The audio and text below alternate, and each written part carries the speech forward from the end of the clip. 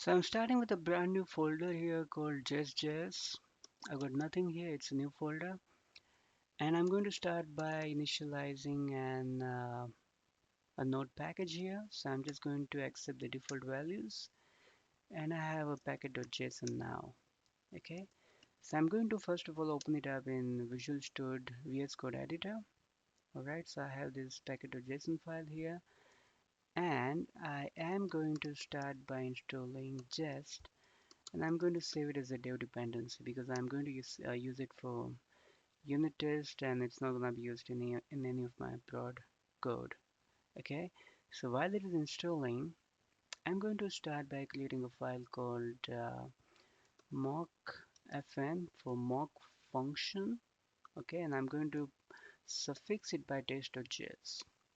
Okay, and this part is important, the .test.js file, because Jest is actually going to only execute files that kind of have this extension, this suffix. Okay, and there's another one that you can use, that is .spec.js, but yeah, I think it's a convention to use .test.js for pretty much all the projects that I've seen. And what I'm going to do now is, now that the Jest dependency is also installed, I'm going to modify this code, that is script, and I'm just going to save Jest here, and I'm going to quickly execute Jest npm test, which is the test command here. Once I execute it, it's going to find any test files in the at the root level, and it only finds one, that is mock function test.js. It tries to execute it, but it doesn't have anything right now, and that is because we haven't written anything to it yet. So it's expecting at least one test, and we are going to give it to them. So I'm going to start by writing a function that is called test. If only it can act up. Sorry. Yeah. So this function is made globally available to every test file by Jest, along with many other functions, such functions and objects that Jest makes available to any test file. Okay, it's one such function that is globally available and you don't have to explicitly require it. It takes two arguments. First one is any description, so I'm going to just give it mock function test as the description. You can give any description that you want that suits the test that you're performing, but for all the practical purposes, I'm just right now going to give it the name, that is mock function test. And the second argument is actually a function. Okay, so I've written an arrow function here. It doesn't take any arguments, and the code that I'm going to execute is going to be part of the body of this function. Okay, so I'm going to start by writing or explaining something that is a basic unit of work in Jest, and that is a mock function. And the way you write a mock function is simple. You use this syntax, that is jest.fn and curly braces. So what you get back is a mock function. Okay, so I'm just going to maybe call it test function here. So this is the basic unit of work in Jest. Okay, and you'll see a lot of extensions of the same syntax or similar things on your mock function that you get back as part of it in many test cases that you'll eventually be writing. So let's spend some time understanding what this function is doing and what all properties it has and what all things it can do and what information it provides to you as part of mocking and everything. Okay, so what I'm going to do is I'm going to quickly execute test function. Now, because it's a function, it's a mock function, so just like any JavaScript function, I should be able to execute it. Okay, so I don't have any assertions that you usually see, but I just want to understand this mock function right now. So I won't be doing any assertions for now.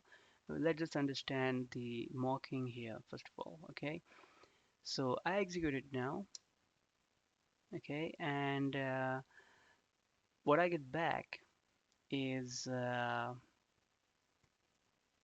only if it can run fast. Yes. So it tells me that my mock function test has passed. There is no assertion that I'm doing here, and which is kind of a default behavior. If you are not doing any assertions, your test actually by default, passes. But the important thing here to notice is that I was printing this test function execution output, and it printed undefined as part of it.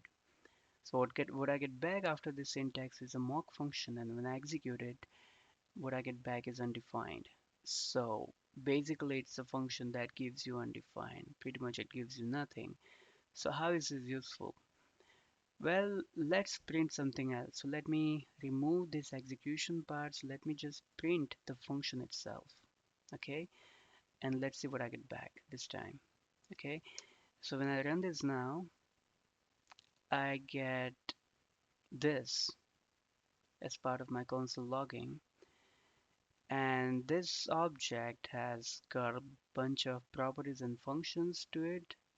You can see that all of these are functions, and we will learn about all of them. But I'm going to start with something that is here, which is a kind of a property that is mock. Okay, so let's spend some time understanding what this function is doing here. Okay, so let me put mock here and try to execute this function again by running npm test. And this time what I get in the output is, wait for it, yeah. So I get an object that has a bunch of properties in it. And let's see how they're useful to me. Now I'm going to execute this function here, okay? And it looks like this function doesn't take any argument, but let's just see if I just pass a bunch of argument. Let's just say Brad Pitt, okay? And when I execute this function now, you can see that the calls here has this Brad Pitt as the arguments. It's the same argument that I passed.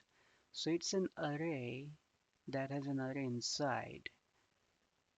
So if I want to get the list of arguments that I use to call this function, I can pretty much get them by getting to this first element of this array, right? Now let's see what happens then if I call the same function again. So if I say something like this, and if I call it again, what I get back is this calls array got extended with my second set of arguments. So both the executions of my function were captured in this calls, and the arguments were captured as well, right?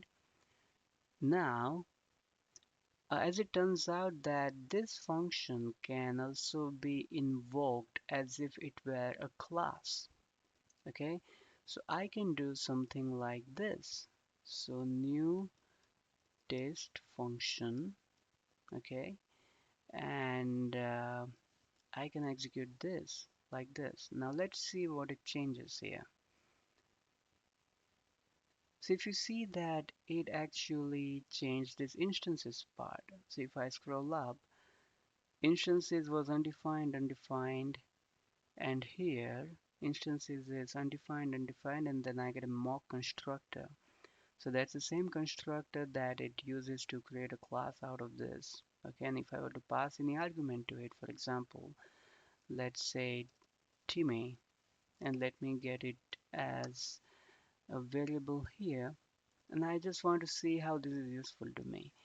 So what I'm going to do is I just want to do a simple instance check. Again, I just want to verify that if x is the same as test function dot mock dot instances, dot the third argument because it's the third one, right? So let's see what happens now.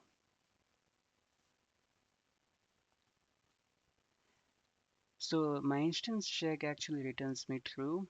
That means that the instance that I created here and the instance that it got here, that they are actually the same.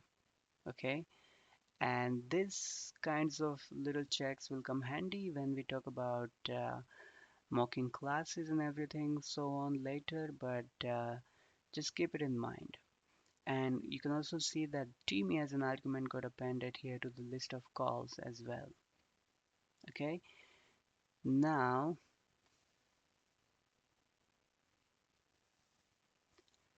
you can see that why such calls record are useful.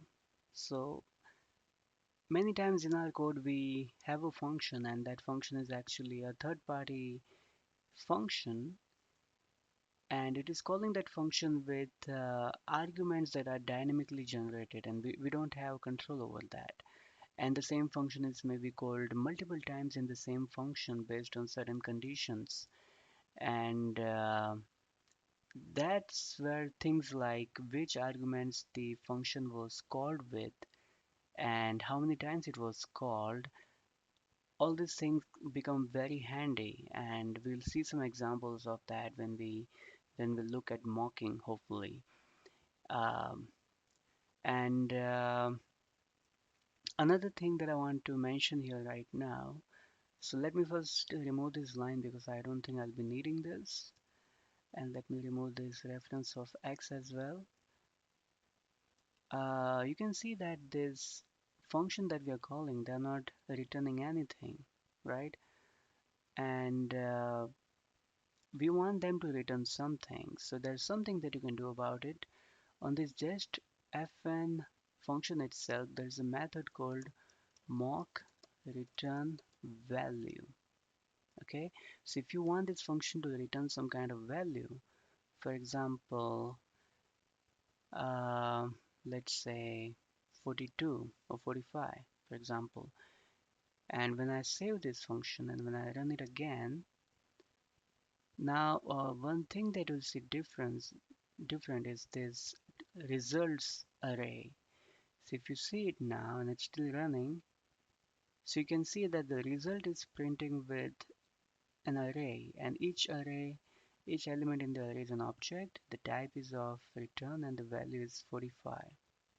Okay, so all the execution of test function irrespective of the arguments that it accepted, including one execution by creating an instance of it, resulted in value 45, right? Now, there are times when we are expecting different return values because the arguments are different, then obviously the output should be different as well. And we want to simulate that kind of a scenario. So what we can do in that scenario is we can actually create a chain of execution. And in that case, what we can do is I can chain this like this, mock return value once. And when I use once, it means that the first execution will actually return the value that I'm going to mention here. So let's say the first execution will return 12 and the second execution will return 13. Okay, and any other subsequent executions then will return 45. So mock return value, the value inside it is kind of the default value that the mock function will return. And the mock return value once is supposed to return the value in a particular execution order. So what I'm expecting here is this function to return 12, this function to return 13, and this function to return 45. Okay, so that's what we want to achieve. Okay, so when I do it again, this time my results array is gonna look a bit different. Now, as you can see, the order is just the way I expected. So the first one, when it got executed, it returned 12, the second one 13, and the third one 45, which is the default one. If I keep executing the function again, as many times as I execute it with any number of arguments, for example, it is going to give me 45 only because that is kind of the default value of this mock function, default return value. You can see that, right? So let me just get rid of this for now. Okay, and now sometimes between execution of the mock functions, you want to start off with a clean slate. Uh, and for example, because you were expecting the mock to behave differently this time, and that's why you want to reset all the mocks. You don't want to have any kind of mock, so you want to start with a clean slate so that you have a fresh slate to work with, right? So there's something you can do for that. So let me just execute this code as is, for example, and let's see the return values again. So we have three executions, and so we got all these arguments and all these return values here. Okay, now what I'm going to do here is I'm going to use this test function, and it will have a property called mock clear. Sorry, a function called mock clear that I can execute. Because it's a mock function, these functions are already provided to it as part of this just function. And I think we saw an example of that initially when we were just printing test function, and mock clear was one of the methods, one of the functions available to it. So when I execute it, what I get back is this. So you can see that it did execute test function for Brad Pitt, but it did not record it because right after that I was clearing it off. So it's like for this mock function, everything started afresh with this line number 7, and it started recording all the calls and instances and everything from this line number 7. Okay, and this is also useful in many cases. Now there's another function called mock reset. Now this is slightly different than mock clear. Not exactly different, you can say that it's an extension of mock clear, and let's see what different it does. So you can see that in this output I can still see the call records, I can see instances records and results as well with the values 13 and 14.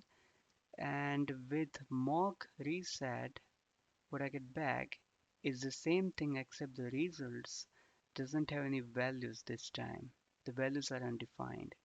So it resets the test function itself, that none of these mocks that are applied to the mock function as return values, they are discarded, and by default the Jest function is supposed to return new undefined, and that's what it does. It resets all the mocking. The mock clear function clears all the mocking data, but mock resets actually resets all the return values as well. Okay, so that was these were two functions that are also quite widely used many times, and we'll see some use cases of that in the second part of this tutorial as well. Now if you see that this test function, the execution of both of these functions, they don't have any influence on the actual return value. So no matter what arguments I pass here, I get value as 45, 12, 13, which is kind of fixed. And that is, what if you want some kind of an implementation here that accepts these arguments and produces something that uses this argument, okay? And that is why here the mock return value function, even though it's quite useful, it is not very flexible. And what we need here, instead of defining a predetermined value here, we want to have some kind of an implementation here, okay? And that is why we have a method called mock implementation. Okay, so what I'm going to do here is I'm going to write a method called mock implementation, which is available as part of just function fn, and the mock implementation itself accepts another function as an argument. Okay, so what I'm going to do here, that I'm ideally expecting two arguments, and I'm going to return, let's say, a string by concatenating both of them. Okay, similarly, let me, maybe in this case, I will have a different kind of implementation. For example, I will have, yeah, I think I have to change this. So mock implementation, and this is similar to mock return value. So we had mock return value and mock return value once. Similarly, for mock implementation, we also have the default implementation, which is this, and we also have a sequential implementation, which is this. So I'll change this to mock implementation once as well, and this is just like the one before it, is going to accept an argument, a function which has arguments as this, and it's going to return something like this. Okay, so this is going to be B, and similarly, let's have this as a function again. So look at the syntax. So this has to be a function. It's a very simple function. It accepts an argument and directly returns the output. But of course, you can see that you could have curly braces here and a bit of an implementation as well. But this is a very simple example. Now, here, for example, I'll just return A and underscore B. Okay, so this is my example here. Okay, and now if I run this, what I'm expecting to change here is the return values. I remove the reset and the mock clear function and mock reset function because I just want to see how the mock implementation function behaves here. Okay, so you can see that the results will have sort of different values here, and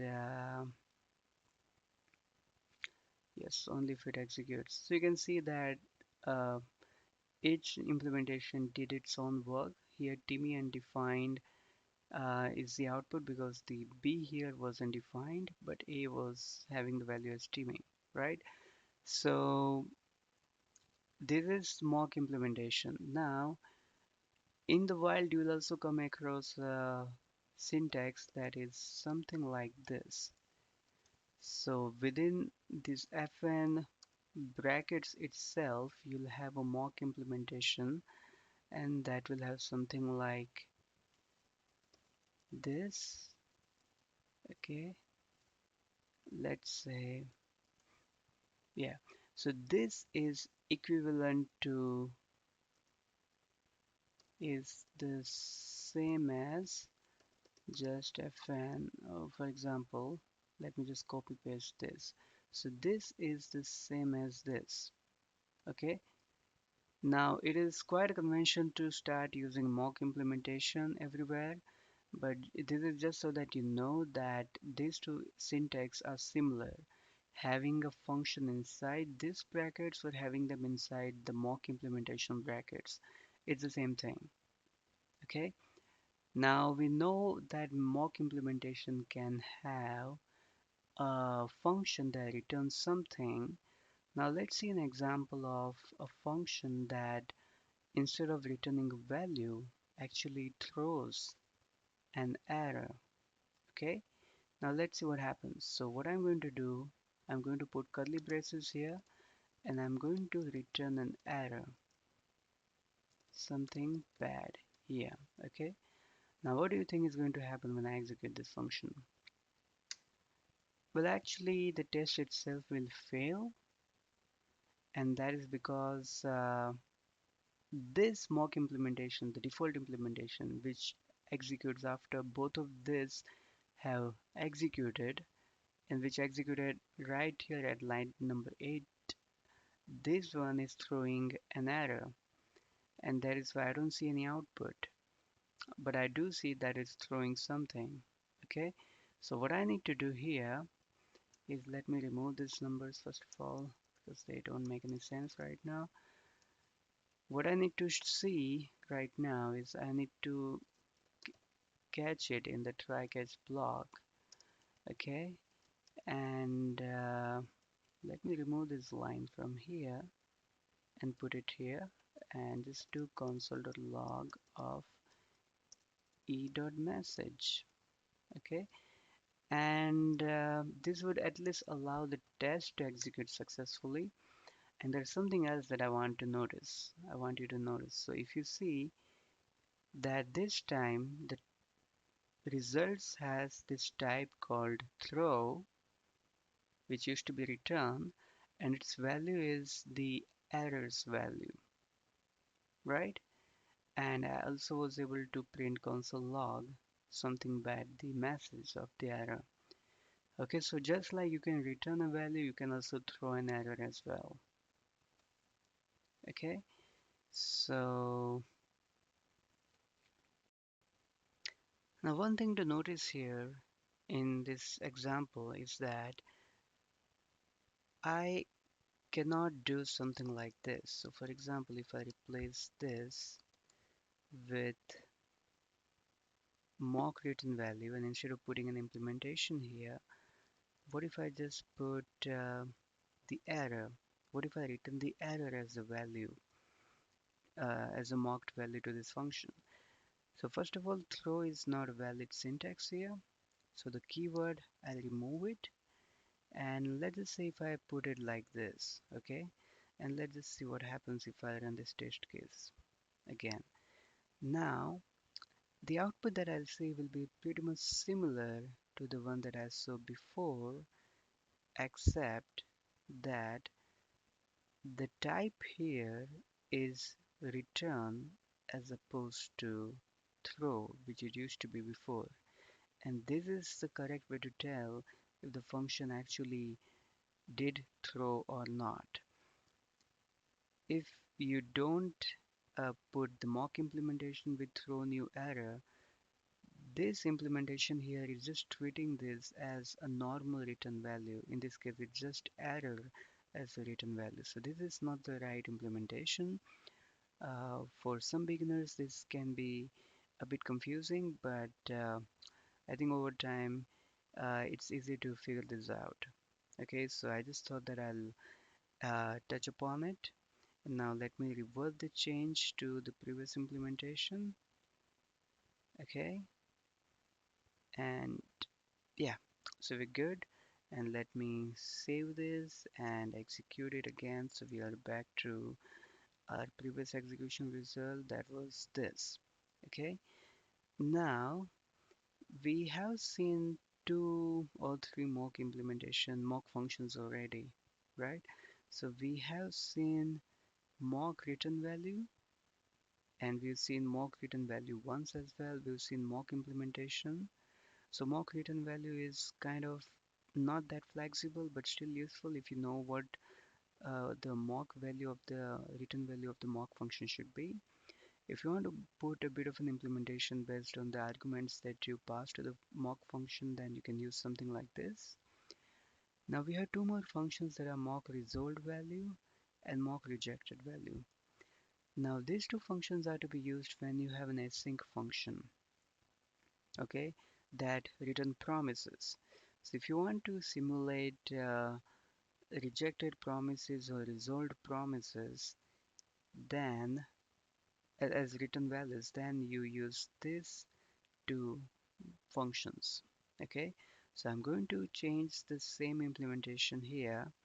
So for example, instead of this, I'm going to put mock resolved value. Okay, and for now I'm just going to put some value here, but of course if you want to put some implementation like this that uses the arguments, then you can use this implementation. So you can use mock function mock implementation is equal to a function in the bracket, it accepts an function as an argument that returns a promise. Okay, there you can put something like this, and you can put something like this. Okay, uh, so these two are pretty much the same. Okay, except that if you want to have some kind of an implementation, then you can use the implementation mock implementation function here. Otherwise, mock result value is similar to mock return value, except that it gives you back a result promise. Okay, so I'm going to just remove this implementation here. Again, I'm just going to put 12 here again. Okay, and similar to this, mock result value once, and so will this will also be mock result value once. Let me remove this implementation,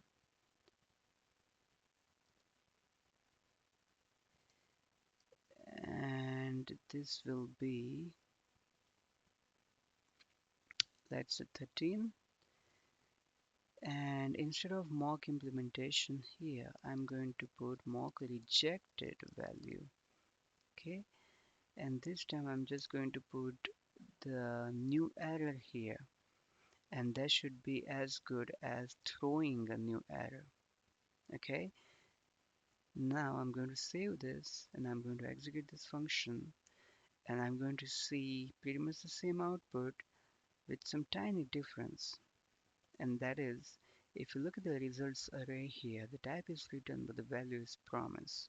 Okay, because we are expecting uh, because this function, this mock functions, is returning us result promises, but there's something else that I forgot to do that, and that is, because it's an async function, my function here, the test function itself, will be async in nature, and I'll also need to put the await keyword here ahead of this.